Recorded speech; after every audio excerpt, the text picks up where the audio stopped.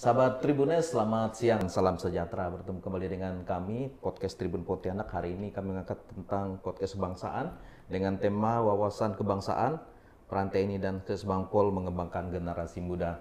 Di studio kami sudah hadir dua narasumber yang sebenarnya sudah familiar buat masyarakat Kabupaten Kuburaya dan Kalimantan Barat. Nanti kita minta untuk masing-masing memperkenalkan diri masing-masing. Saya mulai dari Komandan dulu. Dan silakan datang di studio, Komandan. Iya, terima kasih Mas Hakim. Ya. Ya, baik, saya mungkin kita awali dengan perkenalan dulu. Siap. Nama saya Kolonel Armet Irwansyah dan pada saat ini saya menjabat sebagai Komandan Kodim 1207 Pontianak yang areal cakupannya itu Kota Pontianak dan juga Kabupaten Kuburaya. Di Pontianak ini saya sudah berdinas sebagai Dandim sekitar 1 tahun 5 bulan. Dan saya lulusan Akademi Militer tahun 2001. Ini tuh ya Mas Hakim. Oke. Kemudian di belakangnya ada MML SAP MH ya? Betul. Kalau SAP ini apa tadi ya? SAP itu Sarjana Administrasi Pemerintahan. Itu pada saat kami selesai pendidikan, itu memang kita dimungkinkan untuk melanjutkan jenjang pendidikan S1. Tapi memang harus ngambil sendiri. Oke, siap. Jadi saya itu ambil dan masuklah ke SAP itu. Lalu kalau yang MH-nya sendiri, Master Hukum, itu S2 ini saya tempuh pada saat itu sekitar tahun 2018. Oke. Jadi Universitas Unisula di Semarang. Di Semarang, iya. Baik. Lalu memang space-nya itu bukan hukum pidana, hukum perdata tidak, tapi hukum tata negara. Oh, tata negara ya, berkesinambungan dengan Betul, masih berkelanjutan. Oke, baik Komandan. Kemudian di sebelah saya ini ya sebenarnya juga sudah tidak asing ya, sudah warawiri di media sosial, kemudian di koran Tribun Pontianak, di online juga. Silakan Pak, silakan untuk perkenalkan diri lagi. Bismillahirrahmanirrahim. Assalamualaikum warahmatullahi wabarakatuh. Selamat sore, salam sejahtera untuk kita semua. Terima kasih Pak Hakim, Pak Dandim, pemirsa sudah kenal dengan saya Amin Maros, saya di Kesbangpol Kabupaten Kuburaya. Pada kesempatan ini juga saya atas nama pemerintah Kabupaten Kuburaya sekaligus mengucapkan terima kasih kepada seluruh masyarakat, seluruh stakeholder yang ada di Kabupaten Kuburaya, mulai dari TNI, Polri, kemudian kawan-kawan dari Prokopimda, masyarakat, ormas, seluruh elemen masyarakat, kita telah melaksanakan pesta demokrasi yang alhamdulillah kita telah memperoleh pimpinan kita saat ini yaitu Pak Sujiwo dan wakilnya adalah Pak Sukir. Alhamdulillah pilkada ini berlangsung dengan aman, tertib dan lancar. Dan kita berharap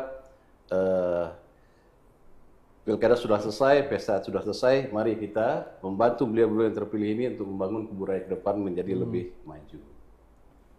Oke, baik Pak Maros. Ini luar biasa, sahabat Tribunes. Ini hari libur, sebenarnya hari ini tanggal merah. Kemudian kalau kita lihat kemarin Sabtu juga sebenarnya sudah mulai weekend ya, weekend, weekday, kemudian Minggu juga tanggal merah. Kami sempat kepikiran bahwa dua narasumber ini mungkin sedang beristirahat karena kita tahu bahwa hari-hari sebelumnya terkait pilkada, kemudian pilwako juga Pak Dandim juga pasti mengawal kan, pilkada, kemudian di pilbub Pak Maros juga mengawal kan.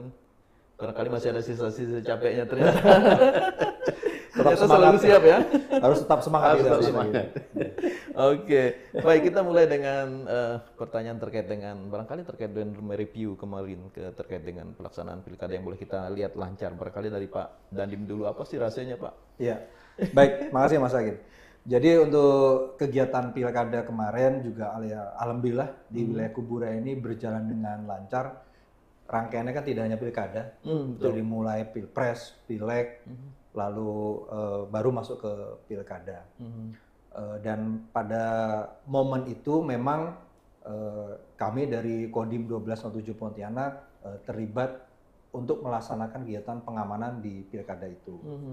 Ada sekitar, kalau kami hitung ada sekitar 2 SSK yang kami siapkan saat itu untuk mendukung pengamanan pilkada khususnya di wilayah Kuburaya. Yang memang ini sudah kita bagi-bagi semuanya dan kita kita sesuaikan dengan timeline dari jadwal KPU terkait dengan pemilu ini. Yang kemarin yang cukup menarik itu memang karena mayoritas untuk kegiatan kampanye, terutama pilkada ya, itu dilaksanakan banyak dengan sistem door to door atau tidak dalam kumpulan yang terlalu besar. Betul. Sehingga ini yang membutuhkan ekstra dari personel-personel kami, para babinsa kami, untuk bisa memonitor keamanan di wilayahnya masing-masing karena pelaksanaan tersebar. Dan tentu saja ini juga kami berkoordinasi dengan seluruh stakeholder yang terkait. Di mana jadi sebelum pelaksanaan pun juga kita laksanakan pendekatan kepada masyarakat, pada tokoh-tokoh agama, tokoh adat, tokoh pemuda, untuk mari sama-sama kita menjaga kondusivitas di wilayah Kuburaya. Jadi itu diawali dari seperti itu, baru pada saat pelaksanaannya tetap kita monitor ini, kita monitor, dan kita juga berkomunikasi dengan BKPU, Bawaslu, juga tentu saja dengan pemerintah daerah dan juga kepolisian dan mari Polres Kuburaya. Betul. Sehingga kita ini berharap bahwa kita ini kan terdiri dari berbagai macam unsur, ini bisa saling melengkapi atau komplementer lah. Jadi saling melengkapi, saling menutupi apabila ada kekurangan, sehingga tidak ada celah untuk terjadinya permasalahan selama pilkada itu sendiri. Oke, tadi Pak Dandim menyebut-nyebut terkait dengan Babinsa, saya ingin menanyakan bagaimana peran teman-teman Babinsa di lapangan. Tapi sebelum itu saya ke Pak Maros dulu, Pak. Pak Maros ini gimana Pak Maros? Terkait dengan barangkali bisa sedikit mereview pilkada yang kemarin bisa dikatakan sukses lah di Kabupaten. Terima kasih. Partisipasi juga tinggi ya Pak? Iya. Jadi alhamdulillah untuk pilkada tahun ini untuk tingkat partisipasi masyarakat kita naik. 5 tahun yang lalu kita 71%. Nah, di tahun ini pilkada kita di angka 73%. Namun saya masih kurang puas, saya kepingin tuh ya tingkat partisipasi itu sama dengan pilpres pileg kemarin. Itu kan 84%. Nah ini kita masih terus ya berusaha. Tapi kami bersyukur dan terima kasih kepada seluruh stakeholder yang telah membantu. Kan pada tahap-tahap awal ini kan kita sosialisasi teman-teman dari TNI, Polri, KPU, kemudian juga kita sosialisasi dengan teman-teman ormas. Nah ini juga membantu kami mensosialisasikan kepada masyarakat tentang arti pentingnya pilpres, pileg maupun pilkada itu. Dan kemudian yang lebih kami merasakan untuk kawan-kawan kita para penyelenggara pemilu di lapangan nih, teman-teman dari KPU, Bawaslu, bayangkan aja ini pilpres, pileg, kemudian pilkada di tahun yang sama ini. Ini luar biasa ini ya. Nah ini semua bisa berjalan dengan baik dan lancar, tidak lain dan tidak bukan adalah berkat kolaborasi kerjasama dari seluruh stakeholder, mulai dari pimpinan daerah, penjabat bupati, kemudian Pak Sekda, kemudian Pak Dandim, Pak Kapolres, DPRD, kemudian juga Bapak dari Kejaksaan, dari Pengadilan Negeri, dan seluruh stakeholder Pak. Jadi saya bisa mengatakan seluruh masyarakat Kabupaten Kuburaya ini luar biasa sumbangsinya terhadap penyelenggaraan pilkada kita kemarin, sehingga kita dinilai dari pemerintah pusat, KPU Kuburaya juga dapat penilaian Pak. Untuk tingkat partisipasi ini 10 besar kita ini. Ya 10 besar ya, nasional. Ya nasional.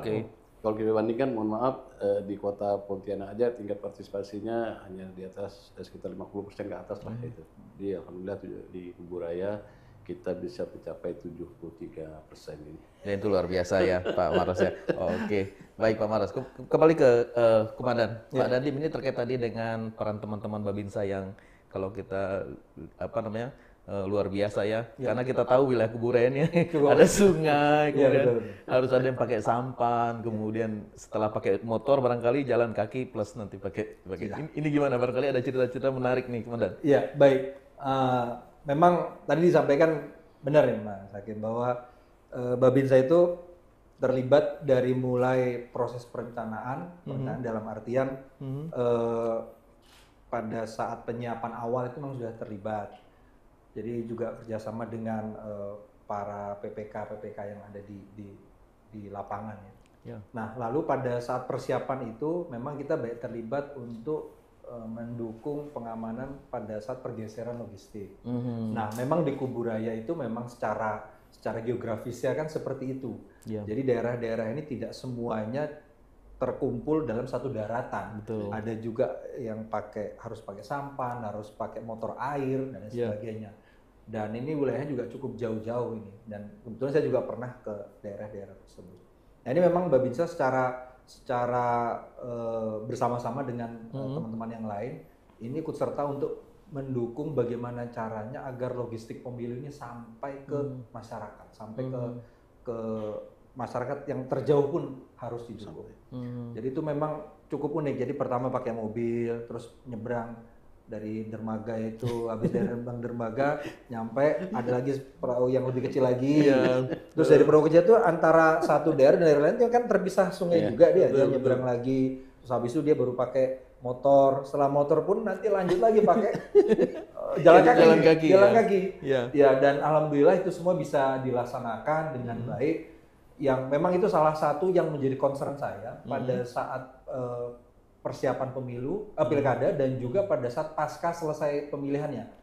Jadi kita harus mengamankan kan dari mulai logistik masuk, setelah dipilih terus logistik kan harus kita amankan juga pada saat kembali. Dan ini yang ini juga yang momen-momen yang krusial juga. Paskanya itu krusial juga. Paskanya lebih krusial lagi kalau saya. Makanya saya selalu memberikan penekanan pada anggota. Pertama, pada saat pergerakan terutama pada saat kembali yang daerah-daerah perairan ini, saya selalu melarang untuk bergerak setelah maghrib atau malam tuh nggak saya perintahkan tidak boleh. Jadi harus ditunda. Jadi makanya saya juga komunikasi juga dengan Pak Kapolres, Bawaslu dan KPI. Jadi pergerakan itu ya harus aman juga kan seperti itu. Dan ya alhamdulillah juga memang sudah mekanismenya sudah dibuat sedemikian rupa. Jadi itu kotak suara dibungkus lagi plastik, macam-macam. Yang intinya untuk mengamankan suara yang dipilih oleh masyarakat. Oke, baik. Kemudian kalau kita lihat Pak Umadan, Pak Maros, kalau kita lihat kemarin setelah pilkada, kemudian yang banyak juga pengerahan massa dan perlu pengamanan kan, setelah itu ada Natal dan Tahun Baru. Dan sebentar lagi kalau kita ini akan lihat kita akan ada Imlek dan Cap Gomeh. Nah, barangkali nanti Komandan bisa ceritakan bagaimana persiapan anggota. Tapi sebelumnya saya mau tanya juga ke Pak Maros ini terkait dengan persiapan Imlek, Pak. Cap Gomeh Kuburaya kan juga berbatasan langsung dengan Kota Pontianak ya. Banyak masyarakat yang berlintasan. Gimana Pak? Jadi sebelumnya saya juga lupa tadi kita nyampaikan kepada saudara-saudara kita yang Muslim selamat melaksanakan Hari Raya Isra Mi'raj kemarin, dan kemudian teman-teman kita, saudara kita dari Tionghoa rencana besok akan melaksanakan Imlek atau Tahun Baru. Ya, tanggal 29 Pak Maros ya. Tanggal 9. Dan ini kita kolaborasi Bang Hakim antara kita dari pihak Pemda dan teman-teman kita dari Dinas Perhubungan, Satpol PP, TNI, Polri. Kita juga menjaga agar pelaksanaan Imlek atau Tahun Baru Cina ini bisa berjalan dengan aman dan lancar. Karena memang ini tahun lalu kan tidak ada nih. Nah, bisa jadi tahun ini menjadi kayak euforia ya Pak. Nah, belum lagi mohon maaf saya potong. Belum lagi Pak Maros, kalau kita lihat rumah Tionghoa itu berada di Kuburaya Pak ya. Ya, silakan lanjut Pak. Jadi kita berharap dan ini kita minta kepada seluruh masyarakat kita saling menghormati, kita saling menghargai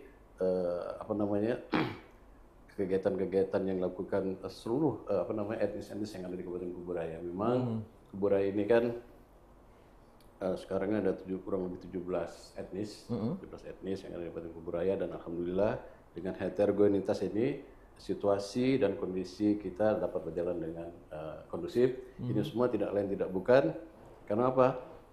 Kita juga di Kasbangpol ini ada forum kita yang memayungi ini Pak. Nah, kita ada FKUB, Forum Komunikasi Umat Beragama, kemudian juga ada Forum Pembauran Kebangsaan.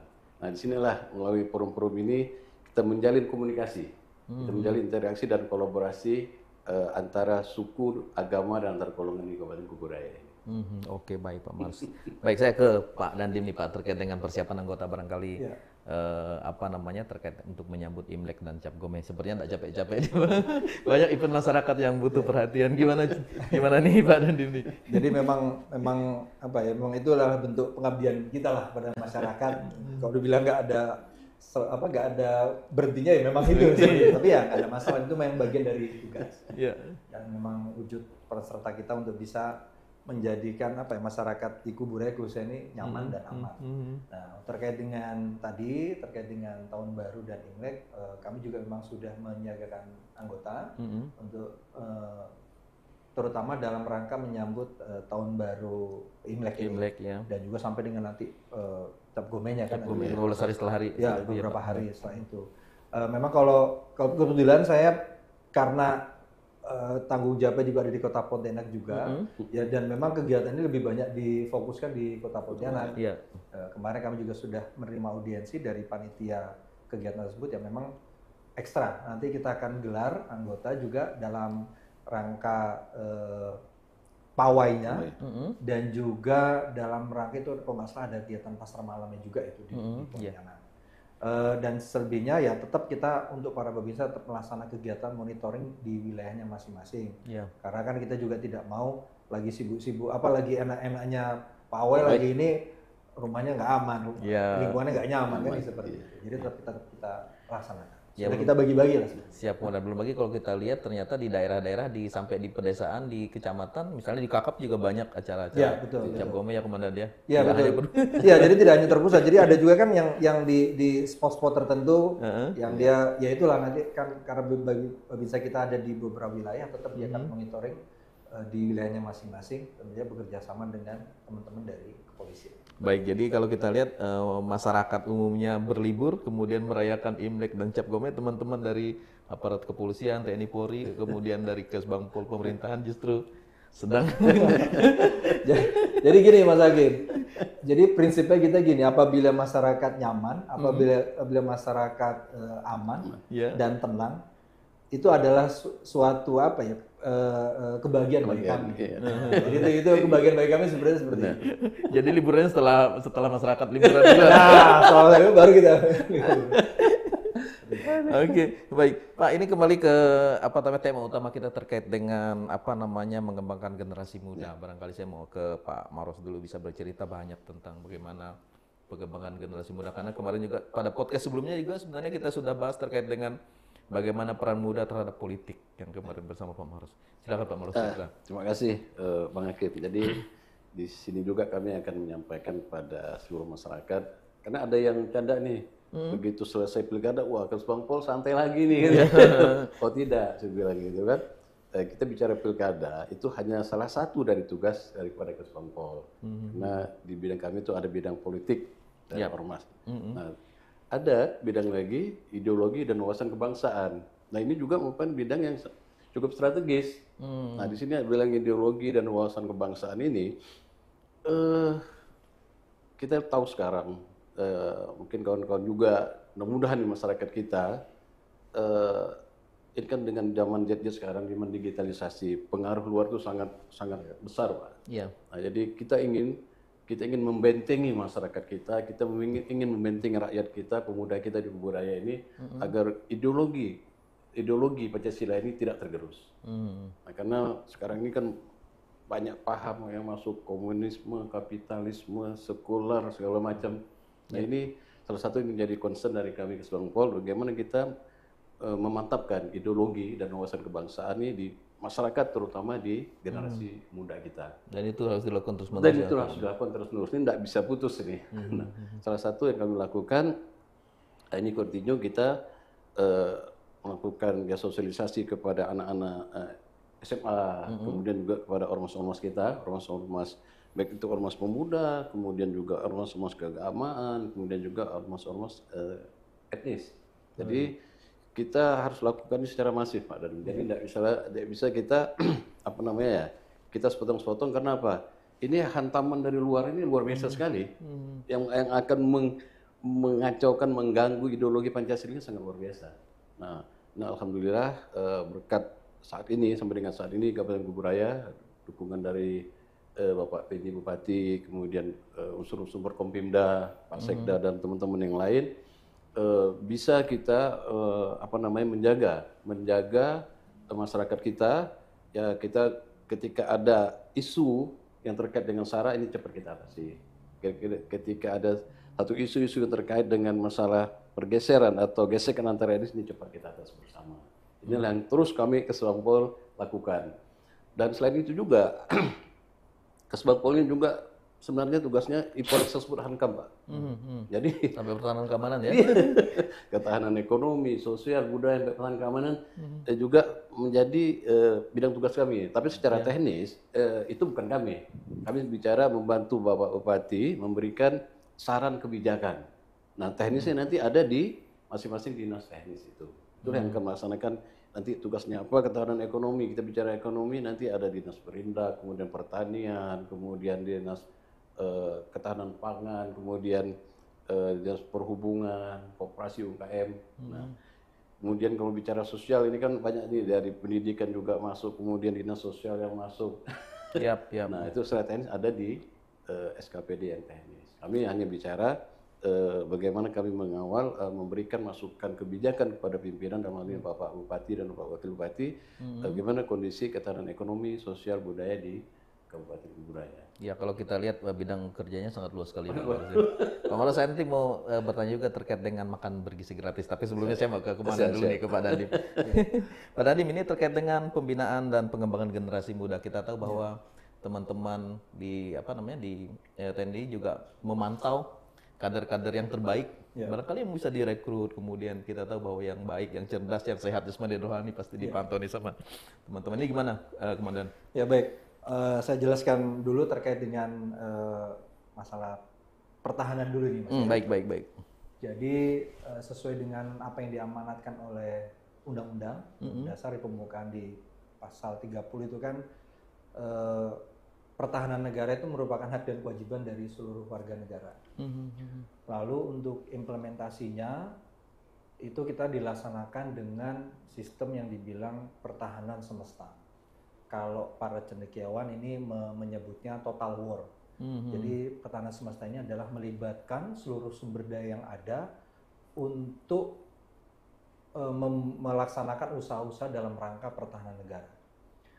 Nah, lalu pada Undang-Undang Nomor 3 Tahun 2002 tentang pertahanan negara itu dibahas tentang komponen-komponen apa dalam pertahanan negara. Jadi secara total itu ada 3 komponen, ada yang dibilang komponen utama, komponen pendukung, dan juga komponen cadangan.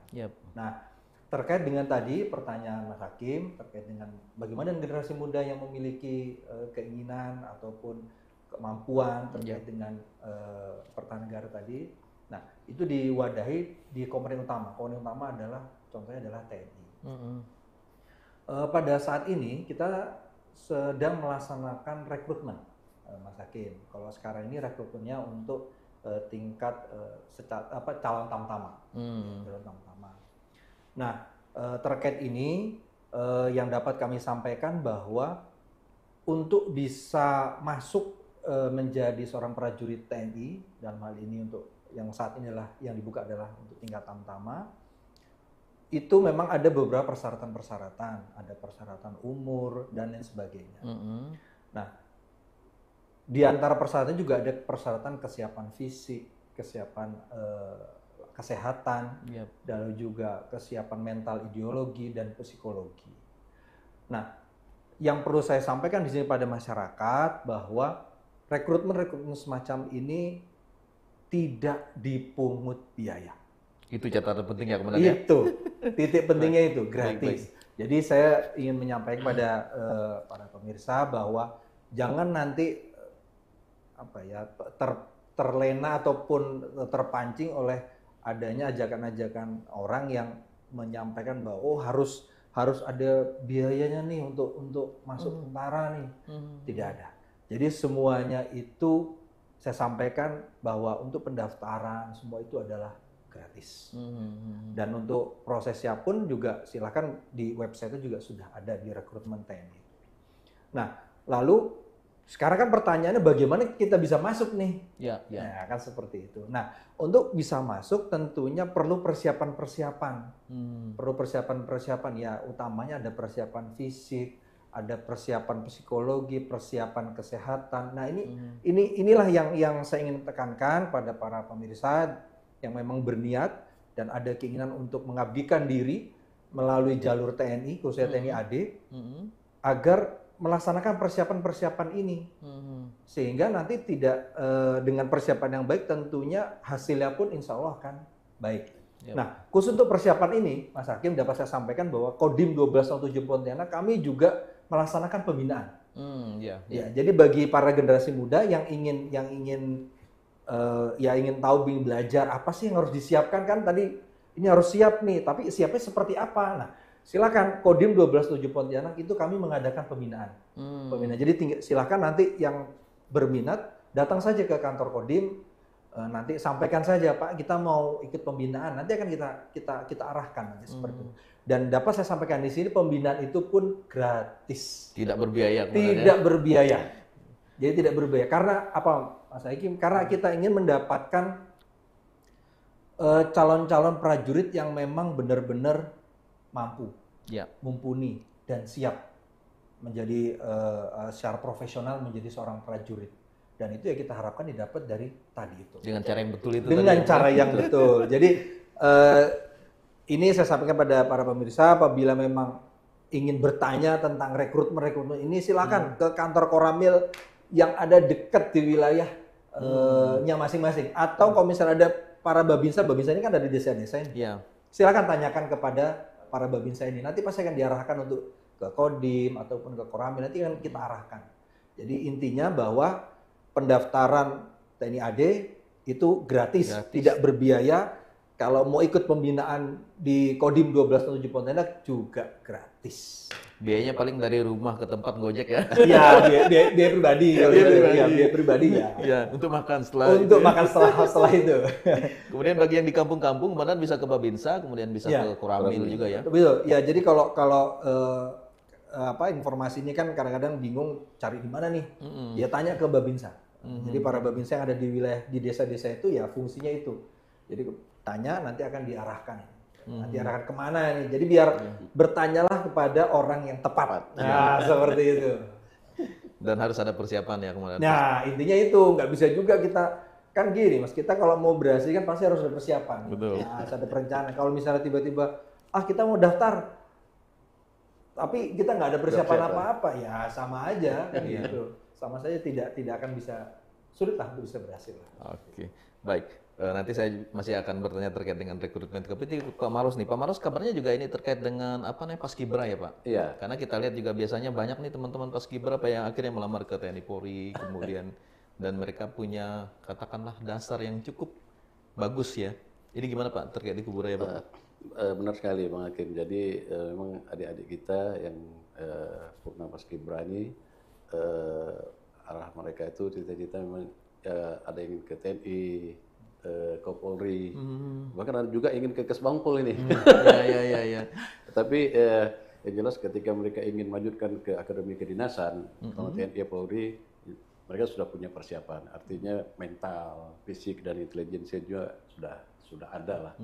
Nah jadi di tahun 2025 ini saya baru saja pulang rapat koordinasi nasional oleh BPIP, Badan Pembina Ideologi Pancasila Jakarta kemarin, bahwa untuk rekrutmen Paskibra tahun 2025 ini akan dimulai tanggal 1 Februari.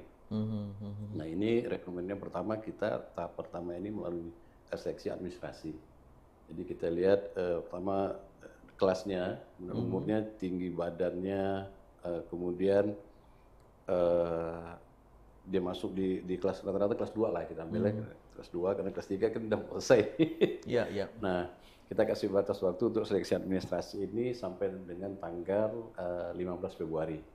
Nah, kemudian nanti kita dalam waktu 5 hari ya, kita coba untuk menseleksi. Di tanggal 20 nanti akan ada lagi seleksi TWK. Itu tes wawasan kebangsaan. Sekaligus tes untuk intelijensia umum. Jadi begitu mereka, kita berharapkan sebanyak-banyak nih mereka yang melakukan tes administrasi, dan ketika lulus, nah nanti ini tes lagi, tes wawasan kebangsaan, tes intelijensia umum. Nah dari sini akan kita saring lagi nih Pak. Kita akan mendapatkan sampai dengan 28 orang. Nah ketika mereka setelah lulus TWK, TIU, kemudian kita itu sampai dengan sekitar 50 personel. Nah, nanti akan kita press lagi, kita akan mencari 28 orang. Nah, ini tes lagi, tes kesemaptaan, tes interview, tes kesehatan. Nah, ini beberapa tahap yang dilakukan adik-adik kita yang akan menjadi Paskibraka tahun 2025 ini. Oke, baik Pak Maros. Saya ke Pak Dandim nih, terkait dengan rekrutmen dan jadi saya punya cerita sedikit Pak, kemarin sekitar 3 hari lalu saya balik dari kantor ya malam-malam, singgah sebentar di tempat orang jualan yang jualnya teman-teman anak-anak SMK. Jadi mereka bercerita orang tuanya pernah di Afrika, bekerja di sana di tambang dan mereka takut di Indonesia karena punya sejarah teman-teman TNI itu tegas ketika bertugas di Afrika. Di Afrika kan katanya banyak nih kayak preman-preman, kayak penjahat-penjahat di pertambangan emas itu. Barangkali dari cara rekrutmen yang dari awal betul itu ya komandannya sehingga hal seperti itu berdampak positif. Jadi di sana katanya kalau tahu dari Indonesia, ada yang dari Afrika itu yang orang-orangnya itu takut gitu karena punya pengalaman dengan teman-teman TNI. Iya. Jadi ya betul Mas. Jadi memang dari kita berharap proses rekrutmen ini bisa berjalan dengan baik dan juga tentunya nanti harapannya hasilnya pun juga akan baik. Karena memang semua di rekrutmen itu semua sudah ada standarnya. Contohnya untuk umur itu ada sekitar 17 tahun ke atas ya, asal pada saat pendidikan. Lalu untuk standar psikologinya itu sudah ada standarnya semuanya, kesehatannya semua sudah ada standarnya. Jadi terus fisik juga sudah ada standarnya. Nah, apabila semua ini sudah mencapai dengan standar yang diharapkan, tentunya hasilnya pun karena sudah sesuai standar, maka hasilnya pun juga outputnya akan menjadi hasil prajurit yang memang sudah diharapkan seperti apa. Nah, itu yang kita harapkan, kita ajak generasi muda, terutama di wilayah Kuburaya, Pontianak ini, persiapkan diri dan mari untuk jangan takut untuk mencoba mendaftar. Jangan juga takut untuk bayangan bahwa ini katanya habis berapa juta, habis berapa, jangan itu. Sudah saya sampaikan di sini semuanya gratis, tidak ada dipungut biaya karena itu tadi yang penting ada tadi itu persiapannya harus baik. Makanya tadi kami sampaikan untuk mendukung persiapan ini ya dilaksanakan pembinaan ya salah satunya ya mungkin ada juga di tempat lain yang untuk melakukan pembinaan silahkan. Tapi di kami juga di Kodim ini juga ada pembinaan-pembinaannya nanti akan kita arahkan setiap hari apa kumpul, penyiapannya seperti apa. Jadi melalui pembinaan itu kan jadi ada gambaran sebetulnya. Oh, kesehatan yang mau dites itu apa sih yang kesehatan? Terus psikologinya tuh apa? Terus fisiknya itu lari saya harus dalam 12 menit itu harus berapa meter? Pull up saya itu harus berapa kali, push up saya, shuttle run, dan renang saya itu harus seperti apa. Nah, dari pembinaan inilah yang kita harapkan nantinya bisa menelurkan prajurit-prajurit yang profesional. Ya, baik. Pak Dandim ini juga terkait dengan rekrutmen. Kalau misalnya biasanya sih saya lihat masih kelas 3 sudah bisa ikut ya di penghujung dekat-dekat ujian. Betul, ini sudah bisa. Dan itu kan gini, Mas Hakim, rekrutmen TNI itu ada kalau dari SMA itu kita ada tiga tingkatan ya. Ada yang tingkatannya perwira, ada yang tingkatannya bintara, ada yang tingkatannya tamtama. Dan ini biasanya berurutan ini. Jadi dilaksanakan rekrutmen tingkat perwira dulu, baru rekrutmen tingkat bintara dan tingkat tamtama. Ya, yang membedakan nanti standarnya memang. Standar penilaian dan standar yang harus dicapai itu memang akan berbeda dari tiap-tiap item tes tersebut. Nah ini, kalau perwira tentunya nanti berarti kan sasarannya ke pendidikan taruna seperti itu. Lalu ke Akmil kalau yang angkatan darat ya. Kalau bintara nanti ya untuk nanti setelah lulusnya nanti menjadi prajurit berpangkat sersan 2 seperti itu. Kalau tamtama hasil akhirnya adalah prajurit berpangkat prajurit 2 seperti itu. Ya, jadi ada jenjang-jenjang. Ada jenjang-jenjangnya. Oke. Kemudian ini juga terkait dengan selain itu juga ada pertanyaan sebenarnya ke Pak Maros dulu yang terkait dengan makan gratis bergizi ya yang sekarang sedang berjalan. Bagaimana Pak persiapan di Kuburaya? Karena Kes Bangpol pasti lintas sektoral juga ini kan. Jadi memang beberapa kali diinisiasi oleh Pak Wati dan Pak Sekda untuk MBG ini kita lagi beberapa persiapan kita lakukan. Dan memang ini satu hal yang positif saya kira ide dari Bapak Presiden ini janji politik beliau. Karena kita jangan hanya lihat makanan bergizi ini saja, tapi multiplier efek dari ini. Ya kan, UMKM sekitar hidup, kemudian petani juga hidup. Ya. Jadi karena masyarakat hanya berpikir ngambil di ujung aja, makan bergizi gratis ini, tidak lihat ini. Jadi perputaran ekonomi itu yang jelas. Jadi kita sangat mendukung sekali karena memang Kuburaya ini ya salah satu lumbung pangannya Kalbar kan Kuburaya. Jadi kita benar-benar mempersiapkan diri sebagai supplier lah untuk makanan bergizi gratis. Oke, baik Pak Maret. Saya mau tanya ke Pak Dandim ini terkait dengan makan bergizi gratis. Tapi sebelum saya lupa, saya mau nanyakan terkait ketahanan pangan karena kabarnya juga teman-teman TNI ini juga melakukan. Kalau tidak terjun ke kawasan-kawasan konflik ya membantu jadi petani dan persiapan dengan itu tadi dengan ketahanan pangan. Gimana? Sebelum MBG nih, Komandan. Ya, baik sebelum kita bahas MBG ya. Jadi pangan itu merupakan suatu material yang sangat dibutuhkan oleh masyarakat, sehingga keberadaannya ataupun ketersediaannya tentu saja harus menjadi jaminan tersendiri. Karena bisa kita bayangkan apabila suatu daerah kondisi pangannya tidak ada ataupun tidak seimbang dengan jumlah penduduk yang ada, tentu yang timbul adalah kekacauan. Nah, makanya disitulah ada yang disebut dengan ketahanan pangan tadi itu. Nah, tadi yang Mas Hakim sampaikan, loh ini TNI hubungannya apa nih sini? Ya karena memang kita anggap ketahanan pangan itu adalah salah satu prasyarat kondisi negara yang adil dan makmur. Jadi kita lihat ketahanan pangannya dulu. Terkait dengan ketahanan pangan ini, Kodim 1207 Pontianak juga terlibat untuk mendukung program ketahanan pangan. Karena memang unsur utamanya tentu saja Dinas Pertanian Kabupaten Kuburaya. Tapi kita berupaya mendukung di situ, melaksanakan upaya percepatan dalam kegiatan ketahanan pangan ini. Terkait dengan kegiatan ini pada tahun 2024, Kodim kami ini terlibat dalam program optimalisasi lahan. Optimalisasi lahan ini adalah suatu program yang diharapkan nantinya dapat meningkatkan hasil produksi pangan ataupun tidak hanya, jadi sistemnya seperti intensifikasi. Jadi diharapkan dengan pelaksanaan pembangunan secara fisik itu dapat mendukung meningkatnya produksi pertanian.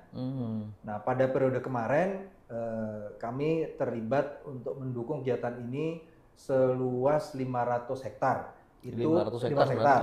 Itu di Kabupaten Kuburaya, khususnya di Kecamatan Kubu. Ada 3 wilayah di sana, di daerah Ola-Ola, Sungai Terus, dan Kampung Baru. Nah, untuk item pekerjaannya saat itu ya ada pembuatan saluran mekanis, pembuatan saluran manual, ada juga pembuatan long storage, ada juga pembuatan pintu air. Semuanya kita laksanakan. Yang menarik kemarin karena memang kami melaksanakan itu di penghujung tahun, itu kendala yang utama terjadi adalah kondisi air yang meningkat dan juga curah hujan yang sangat tinggi. Jadi Mas Hakim, kami kerja ini tidak lagi melihat waktu. Dalam artian udah kalau kerja normal kan jam 7 sampai jam 5 sore. Ini karena jam 7 sampai jam 5 sore ini airnya masih tinggi, Mas. Nah, kita nggak bisa kerja nih. Akhirnya kita kerja jam 10 malam sampai jam 3 sampai nunggu dia agak surut. Nah, itu. Itu kita laksanakan. Lalu untuk di 2025 ini kita juga melaksanakan pendampingan kegiatan ketahanan pangan ini, insya Allah nanti sekitar 3.000-an hektar. Yang baru nanti 2025. Tapi memang belum, tapi sudah direncanakan dari Dinas Pertanian Kuburaya, itu sekitar 3.000-an hektar itu berada di beberapa kecamatan, tidak hanya Kecamatan Kubu. Jadi ada di Terentang, ada di Teluk Pakedai, ada di Sungai Kakap. Nah, jadi ada beberapa tempat. Nah, memang Nah, ini kita harapkan dengan adanya kami ini juga, ini kan gini, dengan keberadaan kami dapat mendorong proses atau percepatan kegiatan ketahanan pangan ini untuk mendorong terwujudnya swasembada pangan yang sudah digagas oleh pemerintah. Dan presiden. Iya.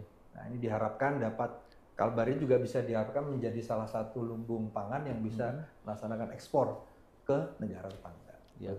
Baik, kemudian kalau cerita terkait dengan ketahanan pangan, kemudian terkait dengan keamanan juga, saya teringat ketika waktu Sultan Agung mau menyerang Batavia ya. Iya, betul. Jadi Sultan Agung ini buat sawah, prajurit-prajuritnya buat sawah, tapi sayang ada pengkhianat ya. Ya. Akhirnya sawahnya dibakar akhirnya. Betul. Sebenarnya kalau itu sawahnya sudah siap bisa mengalahkan Belanda waktu itu. Ya itulah memang kalau kita di tentara ini ada jokes lah.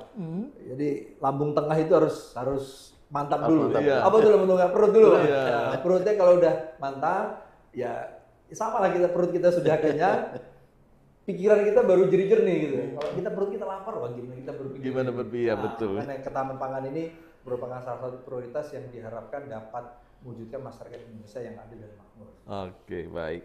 Pak Maros, ini masih terkait dengan terkait dengan makan bergizi gratis di Kabupaten Kuburaya. Kapan akan mulai Pak, kalau ada informasi? Kita kalau ya dimulai sejak Januari ini lah Pak. Jadi kita mulai, ini kan tahap persiapan. Kita berharap semua, yang penting kan ini bahannya ini dulu ya Pak Andi. Jadi ketika bahan ini sudah siap, ya saya kira mungkin di awal Februari ini sudah bisa kita lakukan lah. Februari kemarin sudah bisa kita lakukan makan bergizi gratis ini. Ya baik Pak. Dan jangan khawatir berasnya dari Pak. Oke, baik Pak Maros. Ke Pak Dandim nih terkait dengan makan bergizi gratis Pak. Dukungan barangkali dari teman-teman TNI di wilayah kewilayahan Kota Pontianak dan Kuburaya. Baik. Kalau terkait dengan makan bergizi ini, dapat kami sampaikan bahwa kami juga Kodim 1207 Pontianak melaksanakan pendampingan untuk pelaksana kegiatan MBG ini. Untuk di wilayah Kuburaya sendiri sudah ada dapur yang berdiri di daerah Rasau, tapi memang belum operasional karena memang masih ada belum kelengkapan. Sedangkan di Pontianak sendiri ini sudah running di daerah Pontianak Barat, tapi juga memang masih terbatas. Itu ada sekitar 1024 siswa yang terdukung saat itu. Dan ini kemarin juga sudah ditinjau juga oleh Pak PJ Gubernur, ada Pak Pangdam, juga Pak Kapolda yang diwakili Kabakop.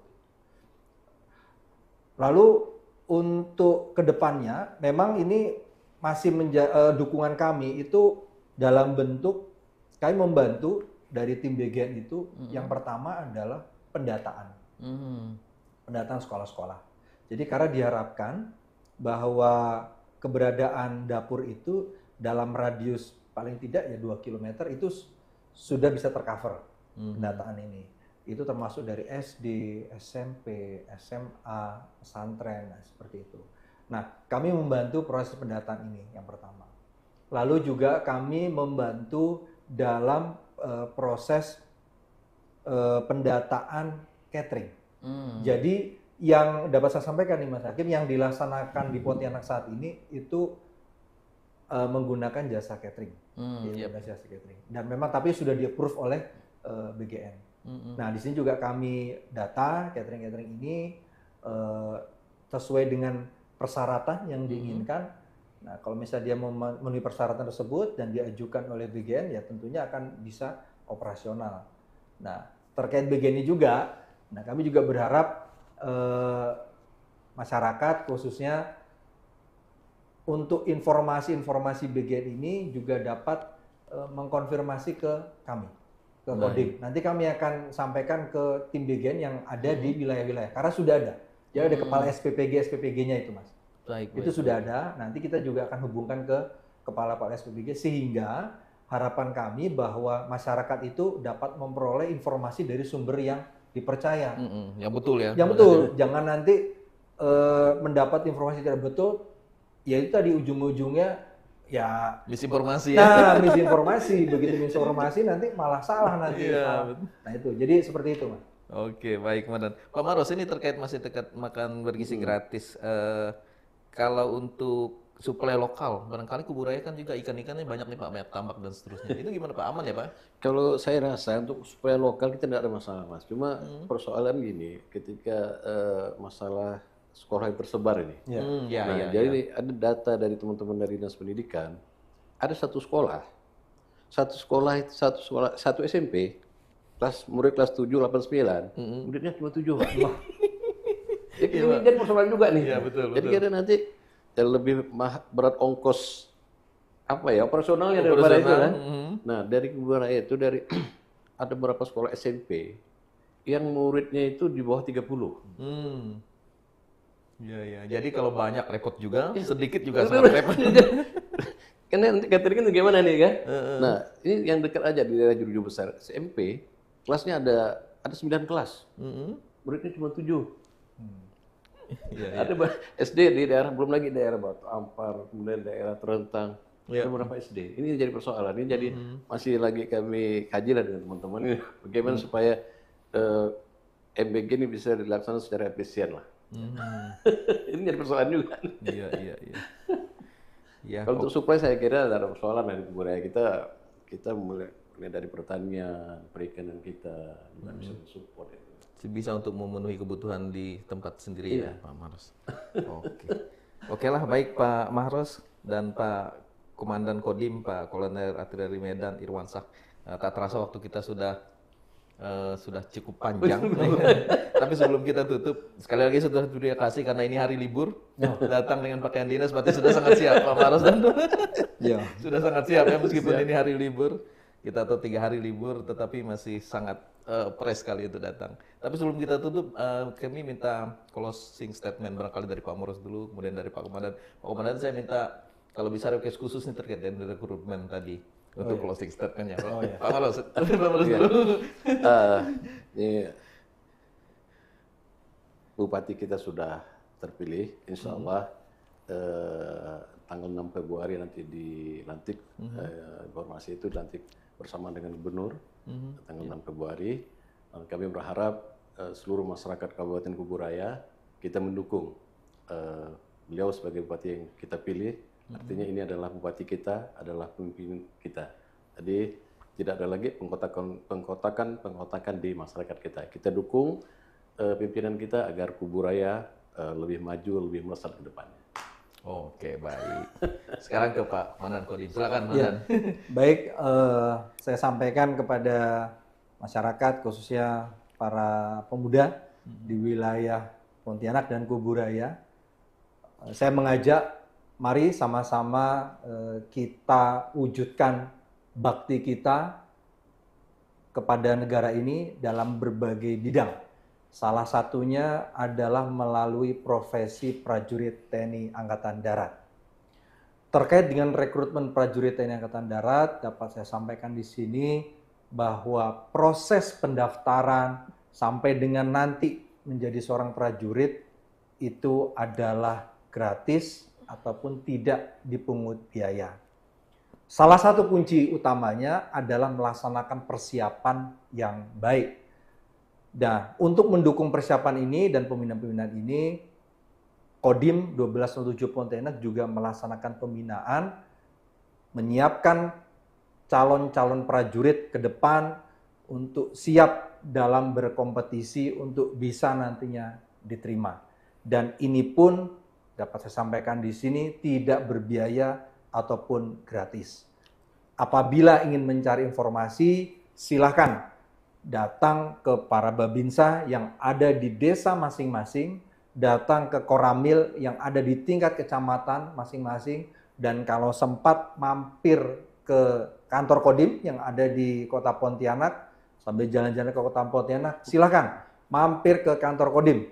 Jam berapapun, hari apapun, kami selalu siap sedia untuk bisa melayani masyarakat, untuk bisa membantu masyarakat, demi masyarakat Pontianak dan Kuburaya. Luar biasa. Oke. Baik, terima kasih Pak Maros sudah hadir di tempat podcast hari ini. Kemudian kepada Pak Irwansyah, Komandan Kodim 1207 Pontianak yang sudah hadir, sudah menyiapkan waktu untuk kami. hadir di podcast kali ini dengan banyak informasi yang sangat bermanfaat buat masyarakat Kalimantan Barat. Sahabat Tribuners, terima kasih sudah menyaksikan podcast bersama kami. Bertemu kembali dalam podcast-podcast selanjutnya. Selamat sore dan salam sejahtera. Terima kasih. Tetap semangat. Tetap semangat.